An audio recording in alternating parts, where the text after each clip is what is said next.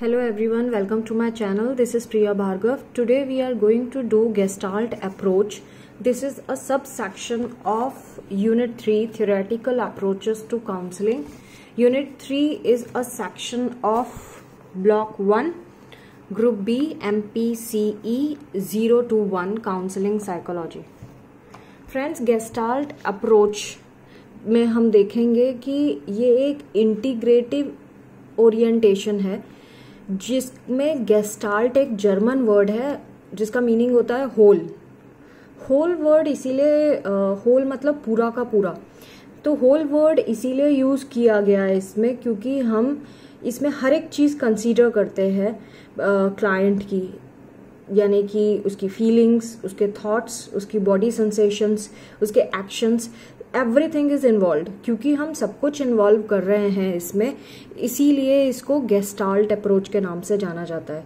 ये फोकस करता है क्लाइंट की अवेयरनेस में, उस वक्त किस तरह की अवेयरनेस है क्लाइंट की, फीलिंग्स को लेकर, थॉट्स को लेकर, बॉडी सेंसेशन को लेकर या फिर उसके एक्शंस को लेकर। सो हम ये कह सकते हैं ये जो थेरेपी है ये हियर एंड नाउ अप्रोच पे बेस्ड है।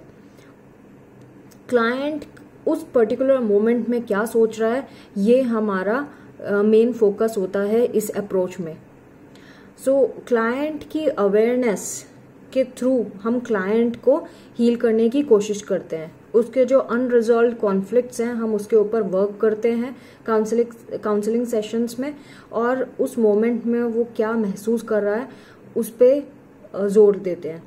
सो हमारा मेन एम्फेसिस यही होता है कि जो क्लाइंट है पर्सनल रेस्पॉन्सिबिलिटी ले अपनी खुद की वेलबींग की। व्यू ऑफ ह्यूमन नेचर की बात करें तो ह्यूमन नेचर जो है वो एग्जिस्टेंशियल फिलोसॉफी पे बेस्ड है। फिनोमेनोलॉजी, फील्ड थ्योरी, ये सब इसके अंदर आती हैं।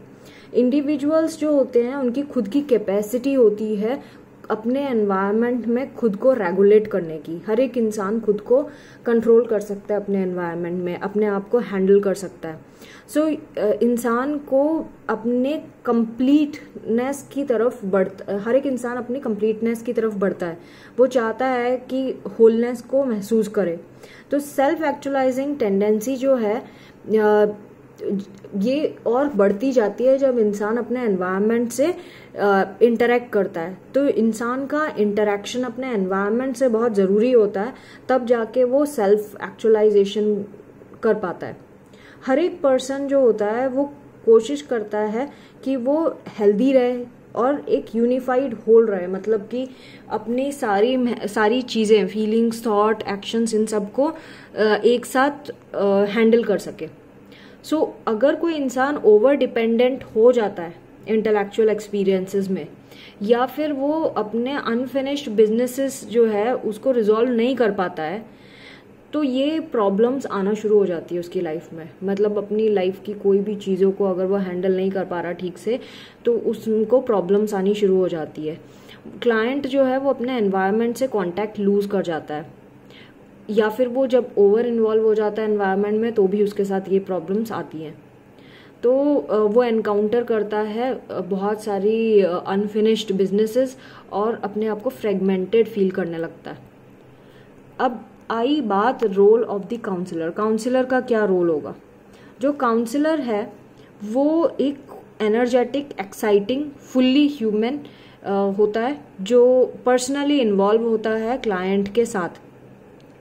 सो गेस्टाल्ट काउंसलर हेल्प करते हैं क्लाइंट को कुछ भी जो उसके पेनफुल इमोशनल ब्लॉक्स हैं उसके आगे बढ़ने में हेल्प करते हैं, उस पर काम करने में हेल्प करते हैं।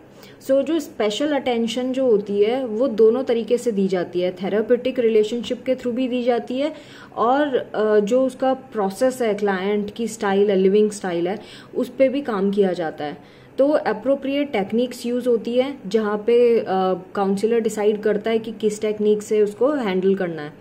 जो काउंसलर है खास अटेंशन पे करता है क्लाइंट की अवेयरनेस के ऊपर, क्लाइंट की बॉडी लैंग्वेज के ऊपर, जो उसके नॉन वर्बल लैंग्वेज है उसके ऊपर, और जो उसके verbal and non verbal messages में इनकंसिस्टेंसीज मिलती है, मतलब कि बोल कुछ और रहा है, उसके एक्सप्रेशन से कुछ और समझ में आ रहा है, तो इन दोनों को नोटिस किया जाता है। कि किस तरह से वो हमसे इंटरेक्ट कर रहा है। सो जो काउंसलर एटमॉस्फेयर क्रिएट करता है वो उसकी ग्रोथ को और प्रमोट करता है। जो भी हमें ऐसा एनवायरनमेंट बनाना होता है जिसकी वजह से क्लाइंट अपने आप को की ग्रोथ करे, वो और सक्सेसफुल हो। कमिंग टू गोल्स, फ्रेंड्स एक बार बता दूं इससे पहले कि मैं गोल्स के बारे में बात करूं, गेस्टाल्ट अप्रोच में रेड टिक है, यानी कि ये प्रीवियस एग्जाम में आ चुका है और आगे भी आने की चांसेस हैं। Again goals of gestalt approach ऐसे करके भी क्वेश्चन आता है, तो आपको गोल्स भी अच्छे से करना होगा। सो जो मेन गोल इसमें आ रहा है वो है कि हम क्लाइंट की अवेयरनेस को बढ़ाते हैं, व्हाट इज करके, मतलब अभी एट प्रेजेंट क्या है। सो इसमें वो एनवायरनमेंट के बारे में जानता है, खुद के बारे में जानता है, खुद को एक्सेप्ट करता है और जो उसके कांटेक्ट में है उनको भी एक्सेप्ट करता है। सो वो उसकी अवेयरनेस, वो अपनी अवेयरनेस में रहता है थोड़ी देर कि वो उसको क्या महसूस हो रहा है उस वक्त, उसमें थोड़ी देर रहता है और फिर उसके जो भी अनफिनिश बिजनेसेस हैं, जिनके जो चीज़ें उसको बॉदर कर रही हैं, उससे फिर वो बाहर निकलने की कोशिश करता है। और ये जो भी चेंजेस है उसके अंदर वो तब आते हैं जब वो अवेयर होता है अपने बारे में, जो भी उस मोमेंट टू मोमेंट एक्सपीरियंस कर रहा है उससे जब वो अवेयर हो जाता है तो उसके अंदर चेंजेस आने शुरू हो जाते हैं। ये अप्रोच स्ट्रेस करती है अभी की अवेयरनेस पे और जो उसके क्वालिटी है उसकी दूसरे लोगों से और खुद से और एनवायरनमेंट से, उसके ऊपर वो क्या फील करता है, इन सारे चीज़ों पे स्ट्रेस दिया जाता है इस अप्रोच में। Now coming to further topic, major principle of gestalt therapy. 4 major principle हैं जिसके ऊपर काम किया जाता है। फर्स्ट है होलिज्म, जो पूरा पर्सन, उसकी फीलिंग्स, उसके थॉट्स, उसका बिहेवियर, उसकी बॉडी एंड ड्रीम्स, ये सारी चीज़ें, इन सब में एम्फेसिस किया जाता है। इसीलिए ये फर्स्ट जो प्रिंसिपल है वो है होलिज्म, मतलब पूरा का पूरा इंसान, होल पर्सन। सेकंड जो प्रिंसिपल है वो है फील्ड थ्योरी। जो ऑर्गेनिज्म है वो एनवायरनमेंट का पार्ट होता है, पूरे कॉन्टेक्स्ट का एक पार्ट है। सो फील्ड थ्योरी ये कहती है कि उसके अपने एनवायरनमेंट में वो किस तरह से रिलेटेड है बाकी चीज़ों से, किस तरह का प्रोसेस पूरा चल रहा है उसकी लाइफ में, उसको जानना। थर्ड है figure formation process. Figure formation में हम 3 चीज़ें देखते हैं। बैकग्राउंड मतलब जो पूरा उसका फील्ड है, अनडिफरेंशिएटेड फील्ड या ग्राउंड है। फिगर यानी कि इमर्जिंग फोकस ऑफ अटेंशन, और ऑर्गेनिज्मिक सेल्फ रेगुलेशन मतलब कि रीस्टोर इक्विलिब्रियम, वो अपने आप को दोबारा इक्विलिब्रियम में स्टैब्लिश करता है, जो उसको हेल्प करती है ग्रोथ और चेंज में। सो उसको अपने पूरे आसपास के एनवायरनमेंट की नॉलेज होना बहुत ज़रूरी है। वो खुद किस तरह का उसका अटेंशन है, उसकी प्रेजेंस कैसी है उस पर्टिकुलर एनवायरनमेंट में, वो होना ज़रूरी है। और क्या कंट्रीब्यूट करता है उसकी ग्रोथ और चेंज के लिए, वो होना बहुत ज़रूरी है। तो ये प्रिंसिपल्स हैं, मेजर प्रिंसिपल गेस्टाल्ट थेरेपी के, जिस पे हम काम करते हैं, जिसके बेसिस पे हम काम करते हैं। Now coming to techniques. Techniques कौन कौन सी होती हैं? टेक्निक्स की बात करें तो 2 टेक्निक, इसमें 2 फॉर्म्स की टेक्निक हम यूज़ करते हैं। फर्स्ट है एक्सरसाइज और सेकंड है एक्सपेरिमेंट्स। जो एक्सरसाइज हैं वो रेडीमेड टेक्निक्स हैं जो हम यूज़ करते हैं। जैसे कि ये जितने भी मैं टेक्निक्स बताऊंगी ये आगे बहुत डिटेल में है, इसीलिए हम सिर्फ इसमें टॉपिक्स ही रीड कर रहे हैं सो दैट अपना ये वीडियोस थोड़ा टाइम से ख़त्म हो जाएं। सो एनेक्टमेंट ऑफ फैंटेसीज, मतलब जो उसकी फैंटेसीज हैं उसको वो एक्ट करेगा। रोल प्लेइंग मतलब ड्रामा के थ्रू रोल प्ले करेगा, जो भी कैरेक्टर उसको परेशान करता है या फिर वो सोचता, जो उसके दिमाग में चल रहे हैं। साइको ड्रामा भी होता है एक, साइको ड्रामा भी इसी तरह का होता है। ड्रीम वर्क, अपने सपने के बारे में बात करना। एम्प्टी चेयर में वो इमेजिन करता है कि उसका दूसरा पार्ट सामने बैठा है एंड वो उससे बात करता है बहुत देर तक और इंटरेक्ट करता है। वो कोई पर्टिकुलर पर्सनालिटी या कोई ऐसा कैरेक्टर जो उसको परेशान करता है वो उससे बात करता है। और कन्फ्रंट्रेशन, ये कुछ ऐसी टेक्निक्स है जो एक्सरसाइजेज हैं जो हम क्लाइंट के साथ यूज़ कर सकते हैं और उसको बाहर निकलने में हेल्प कर सकते हैं उसकी प्रॉब्लम से। जैसे व्हाट एंड हाउ, ये राउंड कैसे चल रहे हैं, exaggeration, making the rounds, so making the rounds एक ग्रुप एक्टिविटी हो सकती है। फिर एक्सपेरिमेंट्स की बात करें तो ये वो एक्टिविटीज़ हैं जो इंटरेक्शन से बढ़ती जाएंगी काउंसलर और क्लाइंट एंड काउंसलर बात करेंगे और वो इंटरेक्ट करेंगे, जिससे इनकी एक्टिविटीज़ बढ़ेंगी। और ये प्लान्ड नहीं होती, ये इमीडिएटली कराई जाती हैं।